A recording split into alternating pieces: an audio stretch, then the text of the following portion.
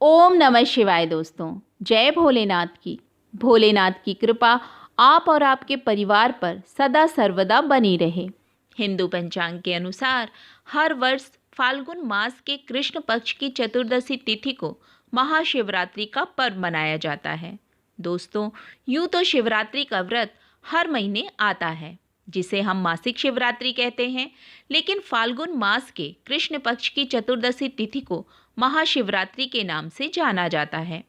महाशिवरात्रि का दिन भगवान भोलेनाथ का आशीर्वाद पाने के लिए सबसे उत्तम माना जाता है। इस दिन भगवान भोलेनाथ की पूजा व आराधना करने से धर्म, अर्थ, काम, मोक्ष इन सभी चीज़ों की प्राप्ति हो जाती है। आज के इस वीडियो में हम बात करेंगे महाशिवरात्रि कब है, चतुर्दशी तिथि कब से शुरू होकर कब समाप्त हो रही है। महाशिवरात्रि में भगवान भोलेनाथ को प्रसन्न करने के लिए 4 पहर की पूजा का विधान है। साथ ही आज के दिन निशीतकाल पूजा का भी विशेष महत्व होता है। इस दौरान शिवलिंग का अभिषेक करना सबसे उत्तम माना जाता है। और महाशिवरात्रि के दिन क्या करें और क्या ना करें। शास्त्रों में महाशिवरात्रि का बहुत अधिक महत्व बताया गया है। वर्ष में कुछ रात्रियां साधना के लिए विशेष मानी गई हैं, जिसमें शरद पूर्णिमा की रात, दीपावली व महाशिवरात्रि की रात शामिल है। महाशिवरात्रि की रात को तो सिद्धि रात्रि कहा गया है। धर्मशास्त्रों के अनुसार महाशिवरात्रि की रात को भगवान शिव ने संरक्षण और विनाश का सृजन किया था और इसी दिन भगवान शिव और माता पार्वती का विवाह हुआ था और भगवान शिव ने सन्यासी जीवन से गृहस्थ जीवन में प्रवेश किया था। पौराणिक मान्यताओं की माने तो शिव और शक्ति के मिलन की रात को महाशिवरात्रि कहते हैं। माना जाता है कि महाशिवरात्रि की रात को आध्यात्मिक शक्तियां जागृत हो जाती हैं और जो भी भक्त महाशिवरात्रि को सच्चे मन और आस्था से पूजा अर्चना करते हैं और रात्रि जागरण करके भगवान शिव और माता पार्वती की आराधना करते हैं, तो भगवान शिव की विशेष कृपा से उनके जीवन के सभी कष्ट दूर हो जाते हैं। आइए सबसे पहले जान लेते हैं महाशिवरात्रि के शुभ मुहूर्त के बारे में।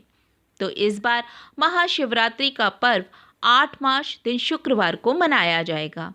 पंचांग के अनुसार चतुर्दशी तिथि की शुरुआत होगी 8 मार्च की रात 9:57 पर और इसका समापन होगा 9 मार्च की शाम 6:17 पर।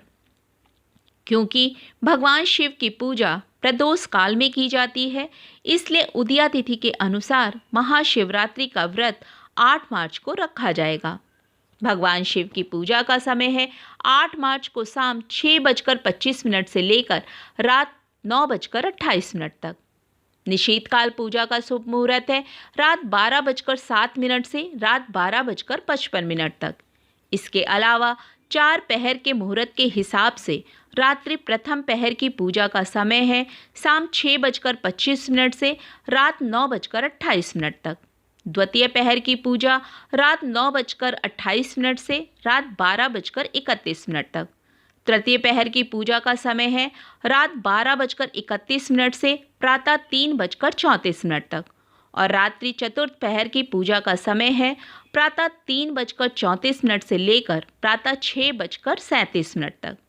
व्रत पारण का समय है 9 मार्च दिन शनिवार की सुबह 6:37 से लेकर दोपहर 3:28 तक। शास्त्रों के अनुसार महाशिवरात्रि के दिन ब्रह्म मुहूर्त में उठकर स्नान के बाद स्वच्छ वस्त्र धारण करें और व्रत का संकल्प लें। घर के पूजा स्थल पर जल से भरे कलश की स्थापना करें और फिर भगवान शिव, माता पार्वती और भगवान गणेश की प्रतिमाएं पूजा स्थल पर स्थापित कर पूजा करें। इस दिन भगवान शिव का पूजन करने से पहले नंदी की पूजा अवश्य करें। इसके बाद भगवान शिव को पंचामृत से स्नान कराएं, जिसमें दूध, दही, घी, शहद और शक्कर शामिल हो। पंचामृत से स्नान कराने के बाद भगवान शिव को गंगा जल से स्नान कराएं। गंगा जल से स्नान करा के भगवान भोलेनाथ को भस्म का तिलक अर्पित करें।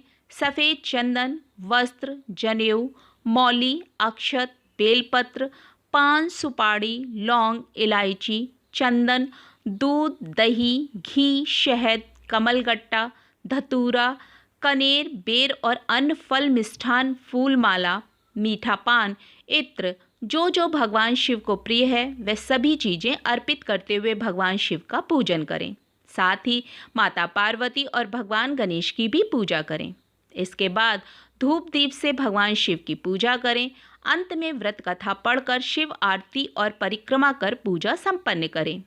महाशिवरात्रि के दिन शिवलिंग के सामने बैठकर ओम नमः शिवाय या ओम तत्पुरुषाय विद्महे महादेवाय धीमहि तन्नो रुद्र प्रचोदयात मंत्रों में से किसी एक मंत्र की एक माला का जाप अवश्य करें।